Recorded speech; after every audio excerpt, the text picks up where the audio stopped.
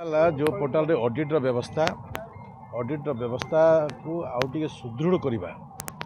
जहाँफल कि पंचायतर लोकंक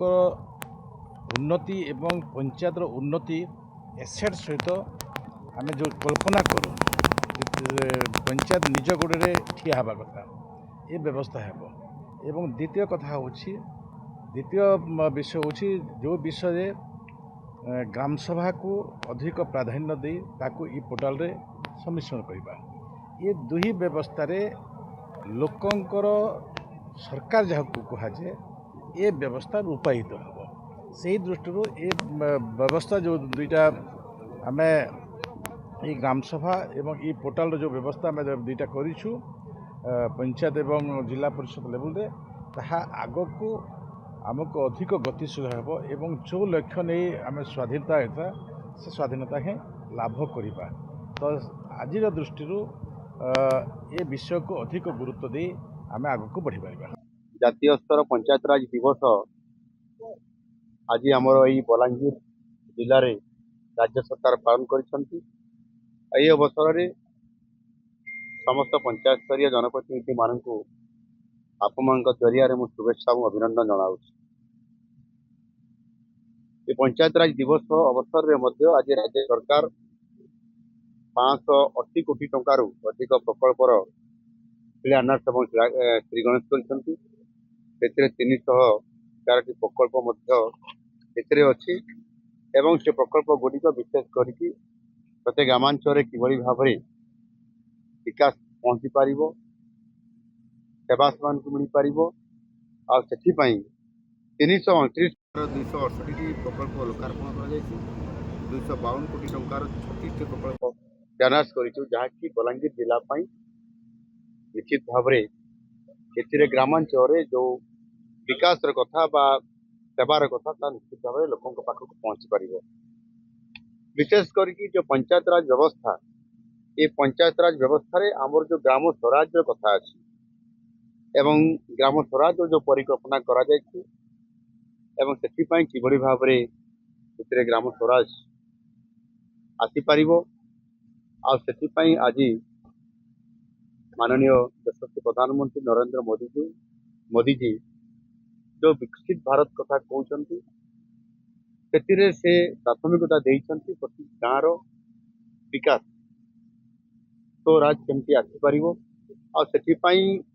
जो मौलिक समस्या गुड़िक आज दिन भी गत 70 वर्ष धरिकी पड़ रही आज पर्यंत पूरण होबार चली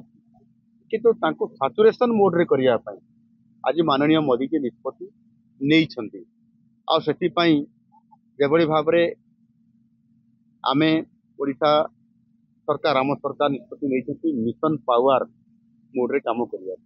ये मिशन पावर कौन पावर रे आसला आपनकर बिजुली एवं रास्ता एवं पानीय जल ये तीनोटी को आम सैचुरेशन मोड रे करिया पई अर्थात आमे समय धार्य करूँ आसंता 2027 मसीहा मार्च मास 31 तारीख सुधा सबू गाँव को बिजुली पानी एवं रास्ता ये कनेक्टिविटी निश्चित भाव में ये तीनोटी कार्यक्रम मौलिक जो आवश्यकता अच्छी पहुँची पार से भाव में किभली समस्त को पक्का घर दि जापर समस्त को रेशन कार्ड पाखे पहुँची पार एवं से रोजगार करिवार क्षमता ये पंचायत ही आरंभ हम पंचायत आर्थिक व्यवस्था को सुदृढ़ करने आम बीजीपीओ एवं से भली भाव में अनेक प्रकल्प गुड़िक आज कम करने जाऊँ ग्रामांचल से राज्य सरकार पंचायत राज एवं पानीय जल जो आमर ये विभाग अच्छी विभाग बजेट हूँ 34,000 कोटी टंका ये रेकर्ड 17% रु अधिक आर्थिक व्यवस्था पंचायत राज को आज आम सरकार व्यवस्था कर त्रिस्तरीय पंचायत राज व्यवस्था रे आमे समान को जो जनप्रतिनिधि मान अच्छा जरिया प्रशासन को सचल करें लोक सेवा देवा एवं उन्नयनमूलक काम को केमती लोक पाखरे पहुँचेबा ये व्यवस्था आज आम करने जाऊँ निश्चित भाव में आगामी दिन में फलप्रद केमती हे तार आम निरंतर काम भी आम कर चली विशेष करके अनुसूचित जनजाति अंचल पछुआ अंचल जो पाखरे घर पहुँची पारिना पानी पहुँची पारना अंगनवाड़ी टे भी अनेक समय अपहंच अवस्था रही जाऊे से जगार पीएम जन्मन योजना आम से स्वतंत्र भाव घर एवं बेसिक समस्या गुड़िक अच्छी आम पीएम जन्मन योजना माध्यम ये फोकस तेणु विशेष करी आगामी दिन में किभली भाव संपूर्ण भाव पंचायत स्तर में कृषि उन्नति हो पार खाद्य सुरक्षा केमती संपूर्ण कर महिला आर्थिक सुविधा केमती कर सहित विभिन्न कार्यक्रम जरिया आम पंचायत राज व्यवस्था को सुदृढ़ करवा आर्थिक व्यवस्था करवा एवं ये पैसा सठिक ढंग से खर्च हो कि नहीं ताहार इंटरनाल ऑडिट प्रक्रिया आनिबा पंचायत राज ये व्यवस्था रे आम समीक्षा करवा जिला परिषद दक्षता सहित परिचालना करवा और से ई पंचायत राज सभा आज ताहार पोर्टाल आज आम उन्मोचन कर आगामी दिन में आहरी स्वच्छता एवं पंचायत राज जो गणतंत्र तृणमूल स्तर ये व्यवस्था को निश्चित भाव में फलप्रद करने आम सरकार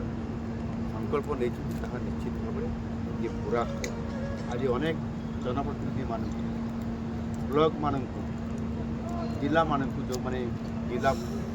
परिषद स्तर में ब्लॉक स्तर में पंचायत स्तर में जो पंचायत माने जो ब्लॉक माने जो जिला गुड़िक से दक्षतार से आज श्रेष्ठता प्रतिपादन कर उत्कर्षता आड़ को जाऊँ से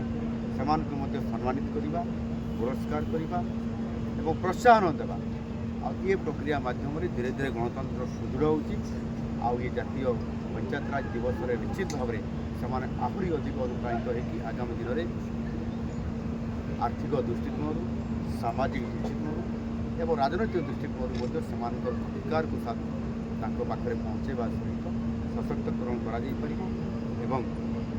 आम निश्चित भाव में समृद्ध ओडिशा तथा विकसित भारत बनइबार सक्षम। धन्यवाद।